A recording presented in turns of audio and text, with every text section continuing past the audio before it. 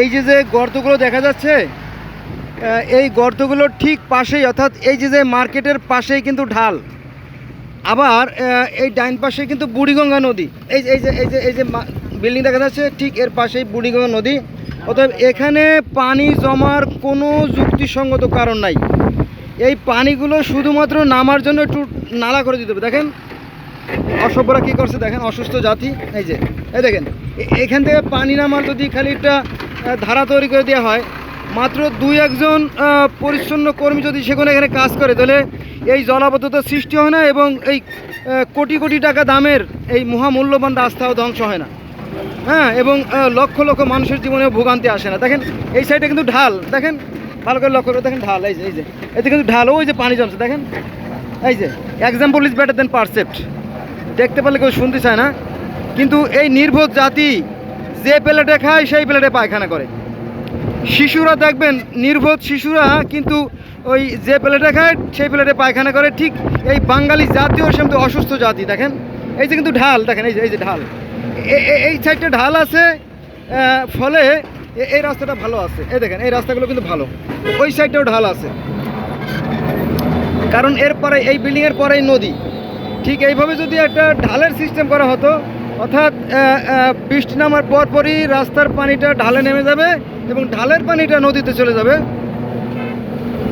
তাহলে আমরা এই উপর দিয়েও চলতে পারতাম ভালোভাবে, আবার নিচ দিয়েও ভালোভাবে চলতে পারতাম। এই পানিগুলো নামার জন্য ব্যবস্থা করতে হবে, কিন্তু সেইগুলো নাই, ফলে আমাদের ভোগান্তিরও শেষ নাই। এটা আমাদের নির্বুদ্ধিতা আর কি। হ্যাঁ, এখানে আমরা যদি কোরআনের ভাষায় বলি, তাহলে মানে মানুষ ঠিক ততটুকু পায় যতটুকু সে অর্জন করে। এটা কোরআনের একটা আয়াত। হ্যাঁ, পাপের প্রায়শ্চিত্ত কিন্তু ভোগ করতে হবে। দেখেন এটা কিন্তু শিক্ষা প্রতিষ্ঠান, এটা শিক্ষা প্রতিষ্ঠান। দেখেন তার সামনে কি অবস্থা, এই নারকীয় দৃশ্য, অথচ এই পানিগুলো নামার জন্য একটা ড্রেনিং ব্যবস্থা আছে। এ দেন শুধুমাত্র এই দেখেন এই যে খাল, এই যে খাল রয়েছে, নদী রয়েছে, এখানে পানি জমার কোনো কারণ নাই। শুধুমাত্র আমাদের নির্বুদ্ধিতা, হ্যাঁ, আমাদের এই মানে অসচেতনতা, দায়িত্বহীনতা আমাদেরকে। দেখেন এই যে আপনারা তো খাল দেখলেন, তাই না? খাল দেখলেন, এখান থেকে একটা নালা তৈরি করা খুব কঠিন কাজ না, একেবারে সাধারণ কাজ, একেবারেই সাধারণ কাজ। হ্যাঁ, অথবা এ পথেও পানি নামাই দেওয়া যায়, 2 পথেই নামাই দেওয়া যায়, কিন্তু ওই যে দুর্ভাগ্য, আমরা নির্বোধ জাতি, ফলে হ্যাঁ আমরা এক জায়গার পায়খানা 3 জায়গায় মাখাই। মনে করেন রাতের বেলা চলার পথে একটা গল্প আছে যে পায়ে পায়খানা মাখলো, নখ দিয়ে পরীক্ষা করতে নখে মাখলো, নাক দিয়ে ঘ্রাণ শুকতে নাকে মাখলো, মানে পায়খানা 3 জায়গায় মাখলো। এরকম তো আমরা, এই যে দেখেন অসভ্য জাতি, অথচ পৃথিবীটা অনেক সুন্দর ছিল। এই দেখেন এখানে কিন্তু পানি নামার ব্যবস্থা আছে, ওই জায়গায় ঢাল, এই সাইডটা ঢাল, পানি নামার মোটামুটি ব্যবস্থা আছে বলে রাস্তাটা ভালো আছে। আমি একবার বলছি, আবারও বলি যে example is better then percept, মানে এটা কিন্তু আমাদের শিক্ষণীয়। এই ময়লা কি রাস্তার বাড়ি ফেলতে হবে? এই ময়লা কি রাস্তার বাড়ি ফেলতে হবে? এরকম কোনো আইন আছে? এই দেখেন এটা হাসপাতাল, হাসপাতালের সামনে কি অবস্থা দেখেন, এই দেখেন এই যে। হ্যাঁ, অথচ এই পানিটাও নামার জন্য যথেষ্ট ঢাল আছে এখানে। দেখেন আমি দেখাচ্ছি আপনাদেরকে, এই যে এই পানিটা ছোটো একটা পাইপ দিয়েও কিন্তু এই ঢালে নামাই দেওয়া যায়। দেখেন, তাহলে কিন্তু সমস্যা হয় না। এই দেখেন এই যে বিশাল ঢাল, রাস্তার এই সাইডটাও ঢাল, আবার এই সাইডটাও ঢাল। এই দোকানগুলোর পিছনে কিন্তু নদী আছে। পৃথিবী আস্তে আস্তে তখন উন্নতির দিকে যাচ্ছে, আমরা তখন অধপতনের দিকে যাচ্ছি।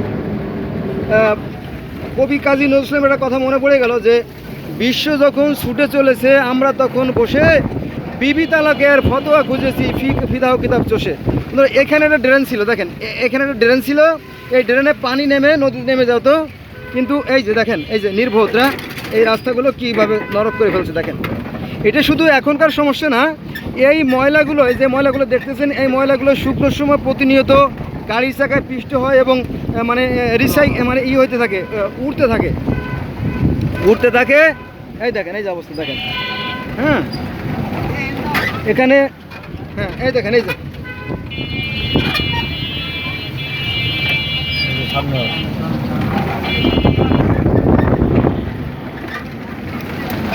দেখেন কতটা নির্বোধ, দেখেন এই যে ময়লা না, এই যে কত 20 হাত হবে, 20 হাত 30 হাত ময়লা হবে। এই ময়লাটা ফেলে দিলেই পানিটা কিন্তু আপনার নদীতে চলে যায়। এটা নদী, আমি দেখাচ্ছি, এটা নদী। দেখেন হ্যাঁ, কতটা অসুস্থ, কতটা অসভ্য, কতটা নির্বোধ, কতটা বিবেকহীন, কতটা দায়িত্বহীন এই জাতি। হ্যাঁ, এরা আবার জান্নাতে যাবে। এরা জান্নাতে গেলে নিশ্চয়ই জান্নাতে একটা গন্ডগোল বাঁধাবে যায়, বুঝছেন? এই দেখেন এইটা নদী, কিন্তু আমি দেখাচ্ছি আপনাদেরকে নদী। দেখেন হ্যাঁ,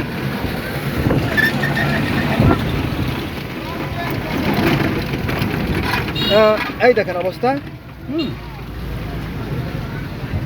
এটা শুধু দেখার বিষয় না, এইখানে প্রতিনিয়ত ঘন্টায় ঘন্টায় গাড়ি উল্টে যাচ্ছে, পাল্টে যাচ্ছে, ভেঙে যাচ্ছে, মানুষ অ্যাক্সিডেন্ট করছে, মানুষের হাত পা ভাঙছে। হ্যাঁ, এই যে নদী, এই যে নদী, দেখেন এই যে নদী, এই যে নদী, এই যে নদী।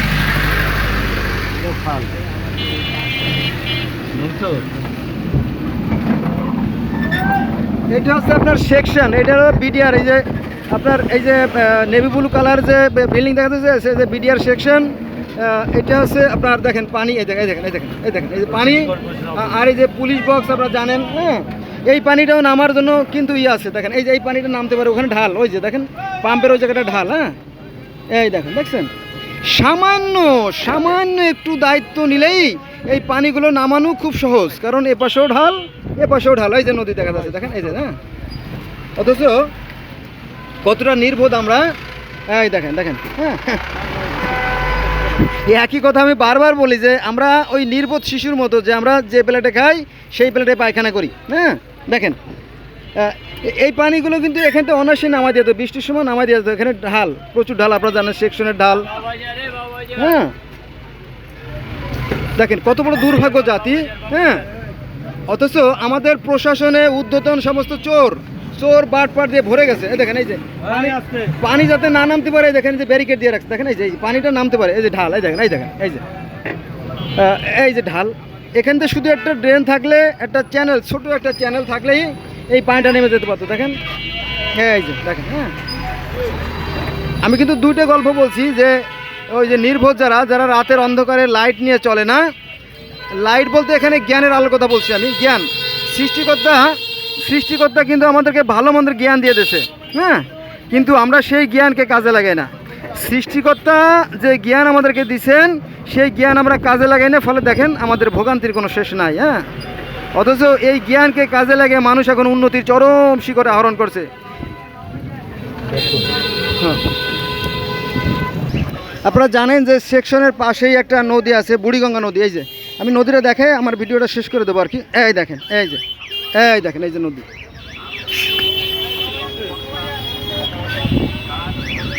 দেখেন হ্যাঁ, এই যে নদী, বিশাল গভীর। এখান থেকে অন্তত প্রায় 30 হাত বা 25 হাত হবে। দেখেন এই যে ব্রিজ, এই যে নদী। হ্যাঁ, অথচ এই ময়লা ফেলাইয়া যদি আমরা এই ময়লা ফেলা যদি আমরা এই নদীগুলো নষ্ট না করতাম, তাহলে এখানে প্রচুর মাছ ফলাতে পারতাম, আমরা লক্ষ লক্ষ কোটি কোটি টাকার মাছ ফলাতে পারতাম। কিন্তু ময়লা ফেলাইয়ে এই নদীকে বিষাক্ত করা হয়েছে। এবং এই দেখেন এই যে হ্যাঁ, রাস্তার একটা বৃহৎ অংশ, মানে সবচেয়ে বড় অংশ, এই দেখেন এই যে হ্যাঁ, এই দেখেন দখলে চলে গেছে। এই যে বিশাল অংশটা সব দখলে চলে গেছে। হ্যাঁ, এই সাইডটা উঁচু, আর এই দেখেন এই যে অবস্থা, দেখেন। অথচ এখানে পানি জমার কোনো কারণ ছিল না। এই পানিগুলো অনায়াসে কিন্তু নদীতে নেমে যেতে পারে, খুব সহজে নদী নেমে পারে। কিন্তু এই যে এই দুষ্ট লোকেরা এবং এখানকার স্থানীয় প্রশাসন এবং পুলিশ মহোদয়, ওরা এটাকে সর্বনাশ করে রাখছে। ফলে আমাদের জীবনে ভোগান্তির কোনো শেষ নাই। দেখেন এই যে দেখছেন, এই পানিটা কিন্তু অনায়াসে একটু লেভেল, একটু ওয়াটার লেভেলটা ঠিক করে রাখলেই, অথবা একটু চ্যানেল করে দিলে, নালা করে দিলেই কিন্তু পানিটা অনায়াসে এই নদীতে নেমে যেতে পারে। হ্যাঁ, আমরা খুব স্বাচ্ছন্দ্যেই কিন্তু জীবনযাপন করতে পারি। কিন্তু আমাদের নির্বুদ্ধিতা আমাদের সমস্ত ধ্বংসের কারণ হয়ে দাঁড়াইছে। এই দেখেন এই যে হ্যাঁ, এই যে সব বাটপাড়ের দল, এই যে সব দেখেন দোকান দিয়ে সরকারি জায়গাগুলো দখল করে বসে আছে। হ্যাঁ, এরপরে যখন সন্ধ্যা হবে তখন এইখানে খাবারের দোকান বসবে, প্রচুর খাবার দোকানে বসবে। তখন দেখা যাবে রাস্তার মাঝখান পর্যন্ত চলে গেছে সাড়ে সর্বনাশ। হ্যাঁ, এই দেখেন এই যে পানি জমে দেখেন কী হয়েছে।